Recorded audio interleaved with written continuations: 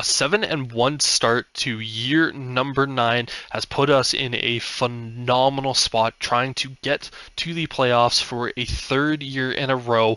And right now, it is looking all good in the hood, but the biggest concern for us right now is potentially losing Leslie Moody at the end of the year. We made a handful of trades to kind of help with some of that, but ultimately we are really going to have to try to find a way to make sure that we have this man locked up for a handful of years moving forward, because he really is that good, and I think he potentially might be leading the NFL in sacks here at the moment. Just to kind of take a look at this, Leslie Moody, he is with 9, Micah Parsons with 8, and then Max Crosby with 7. So Leslie Moody, just kind of one of those dogs, but 7-1.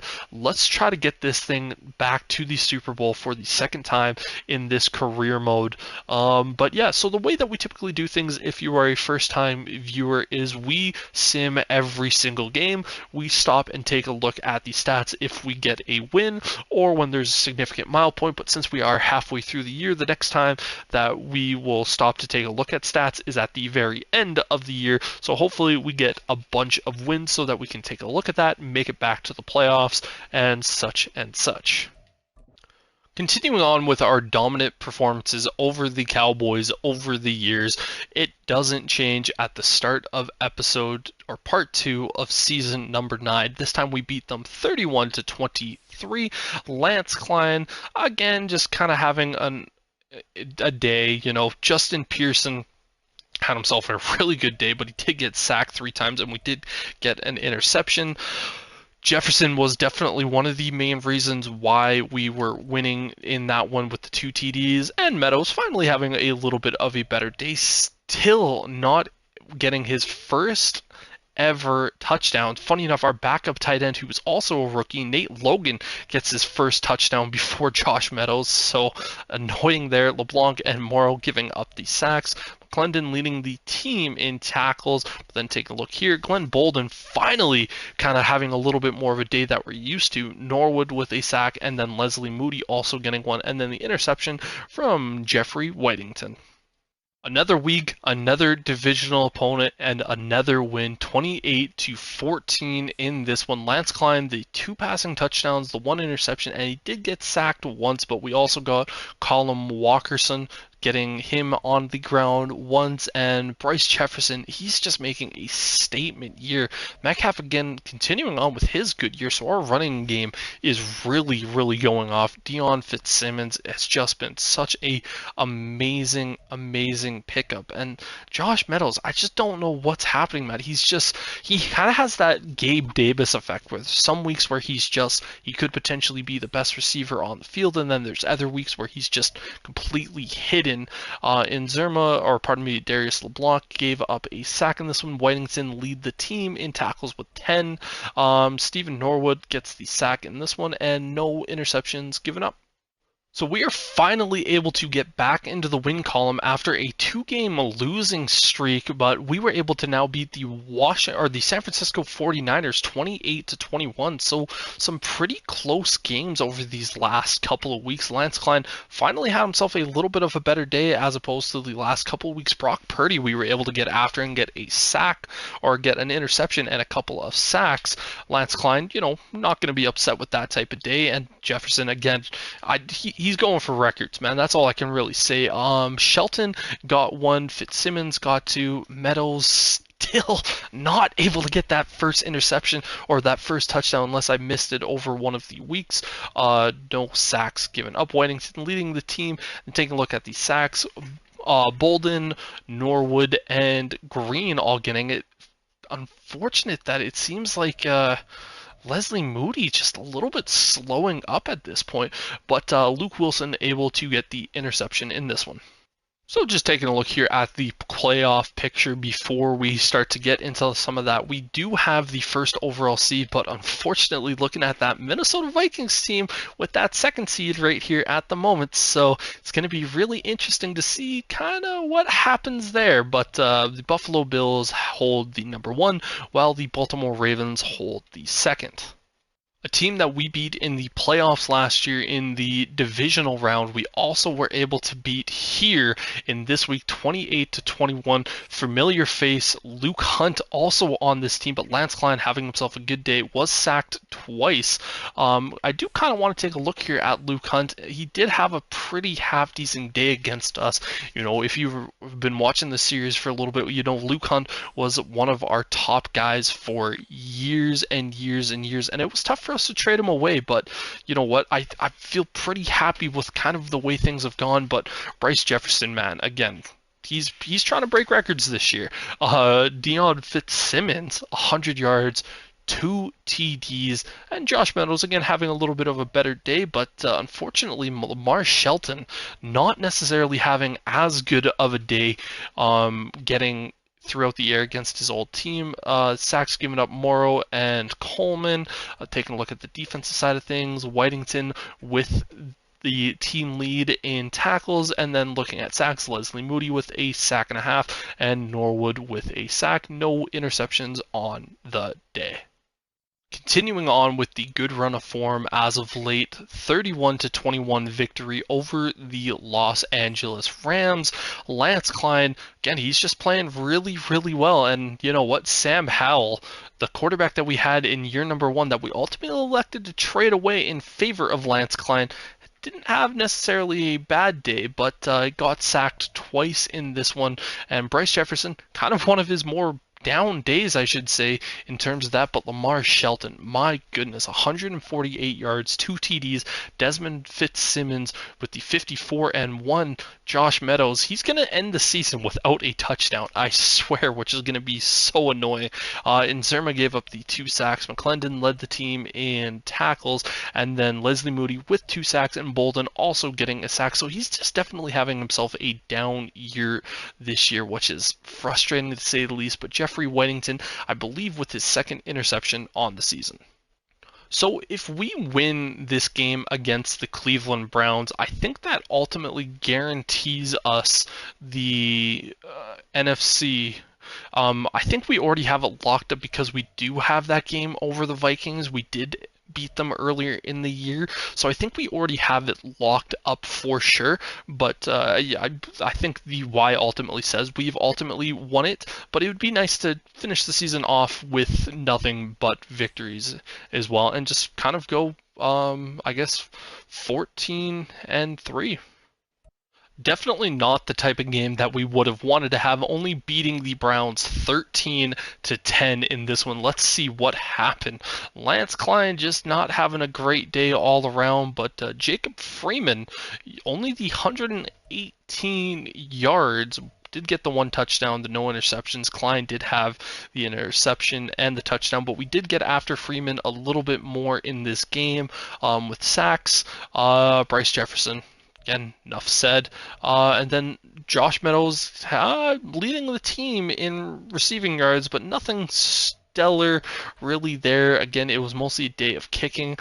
Coleman gave up the 2 sacks. Again, his first year as a tackle. We're not really going to blame him that much. Whitington led the team in tackles. Then Moody and Norwood both getting a sack. And then Gordon Goodrich and Nathan Lane getting the half sack there. And I thought we had an interception on the day, but I could be wrong. I thought we did. No, we didn't. We gave up the interception.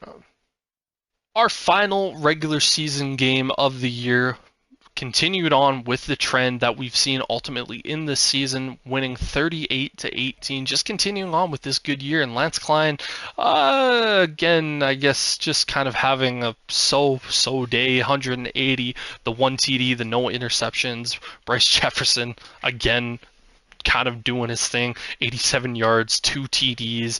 Lance Klein getting into the end zone with the rushing, so we're not going to be upset. And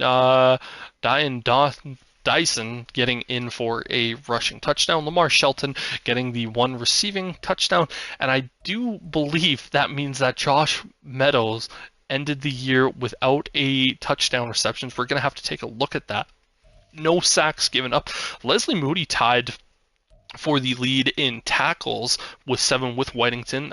Did we get any sacks? We didn't get any sacks, but we did get an interception. Dalton Harrison in this one. But speaking of the end of the year, let's take a look here at our end of season stats that our guys had. As you can see there on the right, Lance Klein was 3rd in passing yards, so that's always good to see, and he was 5th in passing touchdowns. So this very, very respectable, good year from Lance Klein. 4,520 yards, 34 TDs. The interceptions are up from last year where he only had 2, so having 6, oh my goodness, is just a travesty. He did have the 19 sacks, so again, fairly good.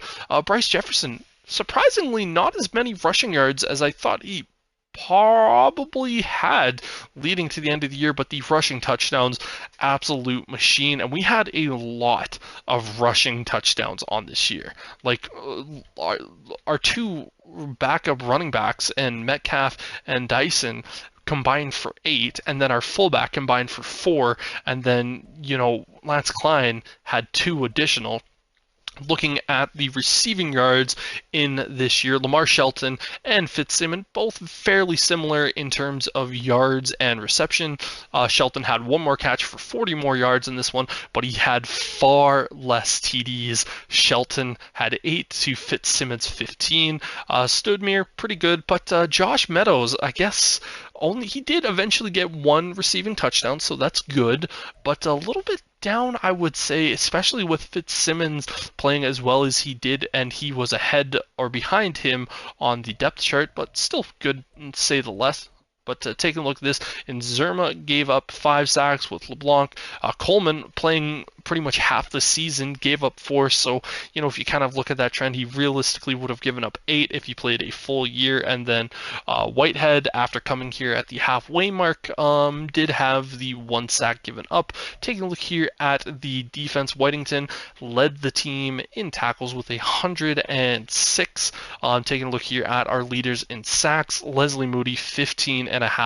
Absolute monster, potential defensive player of the year candidate. Norwood was 6.5, but Glenn Bolden only the 6th this year, so that is definitely a little frustrating to see. Mark Green getting the 4, we're pretty happy about that, but Gordon Goodrich only the 2.5, so definitely down from him where he had 7 the year prior. But Dalton Harrison had 4 interceptions. Whitington, Diggs, and Winslow all had 2, and then Gordon Goodrich had the 1 interception. And then Brandon Arbery, he missed 3 kicks all year, but was still in the 90s. So dude, absolutely money. Now let's take a look here at the official playoffs as we get into this part of the year, and just kind of ultimately what is going to look like. The Bills hold the first spot. Funny enough, the Ravens hold the second spot. Last time that we looked at it, they held the second, so a little bit of a drop off there. The Vikings are going to be playing the Cardinals, the Seahawks versus Packers, Falcons versus Lions. That's really all we care about because they are on our side here at the moment. But Buffalo and Washington both getting the byes. This is the second year in a row for us getting this divisional bye. So it is a rematch of the divisional round from last year. This time we are going up against the Arizona Cardinals in a battle that was 1v7, I'm pretty sure, in last year's competition as well. They beat the former Super Bowl champion, or the reigning Super Bowl champions, the Minnesota Vikings. It's going to be an NFC North battle between the Lions and the Packers in that one, so it's going to be pretty interesting to say the least, but let's get into this game.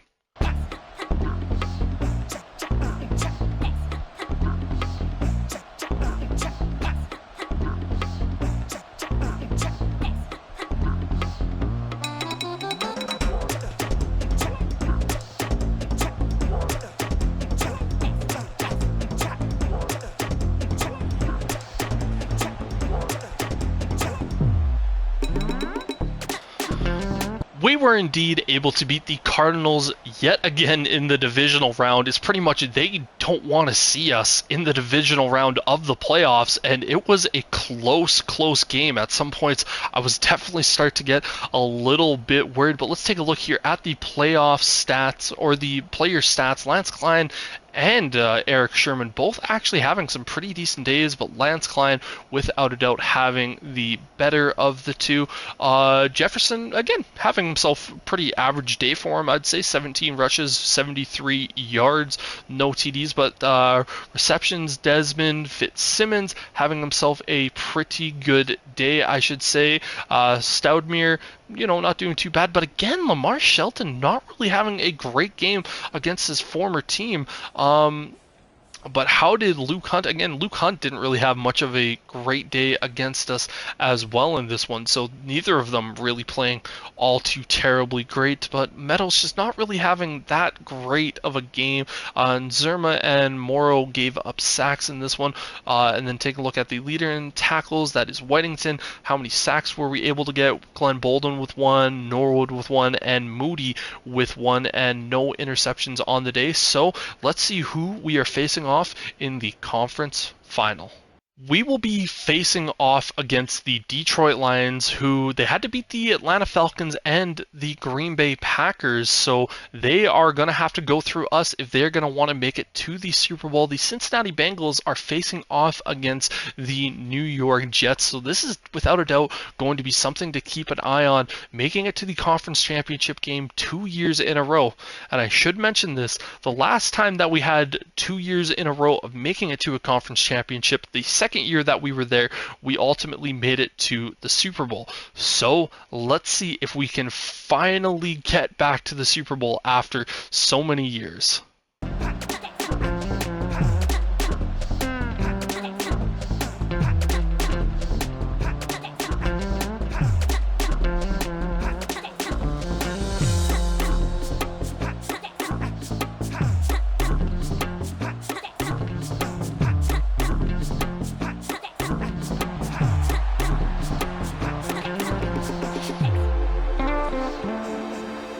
We are heading back to the Super Bowl, baby. That is what I wanted to see, and we won in dominating fashion. They could not stop our offense, and that is what I like to see. I believe this was a rookie, Thad Hart, so he's going to be an interesting player to kind of watch over these next couple of years, making it all the way to the conference championship game in his first season as a quarterback. But Lance Klein, 3 touchdowns, no interceptions, almost 400 yards passing.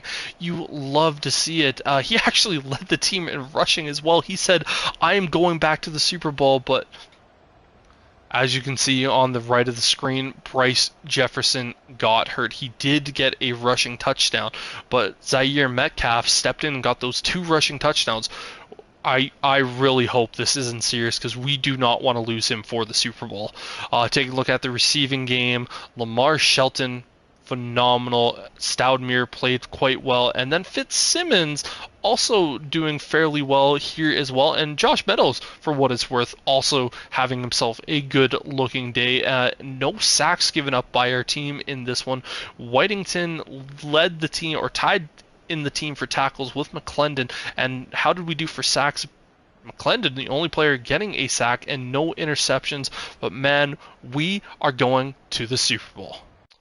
Well, unfortunately, Bryce Jefferson is going to be out for what would be his first Super Bowl. Hopefully he can get many, but he has a dislocated ankle and he is out for 8 weeks. So a thing that we were pretty depressed at looking at last year, which was the Pro Bowl, we obviously have no guys in here, but it's still good to take a look here. But as you can see there on the right, Joe Burrow is not going to be in the Super Bowl, so I forget who they were playing. I think they were playing the Jets, but it's going to be the Bengals out. So yeah, just kind of taking a look here, but yeah, Hart in his rookie year was quarterback number 2. Lamar Jackson's in the NFC now, so interesting to say the least. But just continuing to look here, Jordan Addison was wide receiver number 1. But yeah, who did the number 1 pick go to? Again, that was the Chargers. Actually, I kind of want to take a look at his year, just see if we ultimately potentially dodged a bullet. But yeah, just kind of sneaking through here, just kind of going over the year. Winslow, he's a center, not our safety. But yeah, not really anyone that we had, obviously, because we didn't have. We're going to the Super Bowl, so we're not going to have any players make it as well. So just kind of taking a look here at some of these guys. But yeah, let's take a look at that number 1 wide receiver. So Marquise Denard, he is indeed a superstar X factor. He is an 87 overall as a rookie, and you know what? 1,138 yards, 9 TDs. Dude was still pretty good. Not necessarily as good as Fitzsimmons, but still, oh my goodness, this dude looks insane. So it is indeed the New York Jets that we are going up against in the Super Bowl, but we are not going to be going over the Super Bowl in this particular episode. That is going to be in the Super Bowl special episode that we always do for when we make it to the Super Bowl. Last time that we were there, we faced off against the Baltimore Ravens and lost in what was just a really, really close game. Taking a look there at the standings, our division, oh my goodness, the Cowboys were 6-11, the Giants were 6-11, the Eagles were 5-12, so we just absolutely walked through that division. But before we get there, we are going to take a look here at the votes and such. Joe Burrow, likely the MVP. Will Lincoln, who we are going up here in against in this particular game, he was second. But as I'm seeing here, Lance Klein, man, he was definitely down there. Just the pure disrespect for our guy, man. Like, this is just absolutely insane. But Sean Easton, our coach, potentially going to be getting Coach of the Year for a second time. NFC Offensive Player of the Year likely going to be Jordan Addison. Bryce Jefferson looks like he could have been the second, but Dion Fitzsimmons and Klein also there. Defense, Leslie Moody coming in second. No surprise there. Meadows, again, you know, he's down there, just didn't necessarily have the same year that Thad Hart did. Likely going to win it. Then Defensive Player or Rookie of the Year, probably not going to go there. But we're going to have to take a look at all of that stuff for our Super Bowl special, which will be in the next episode. Thank you all so much for watching here today, guys. Hopefully you enjoyed this video just as much as I did, and we will see each other back when we are in the Super Bowl. Peace.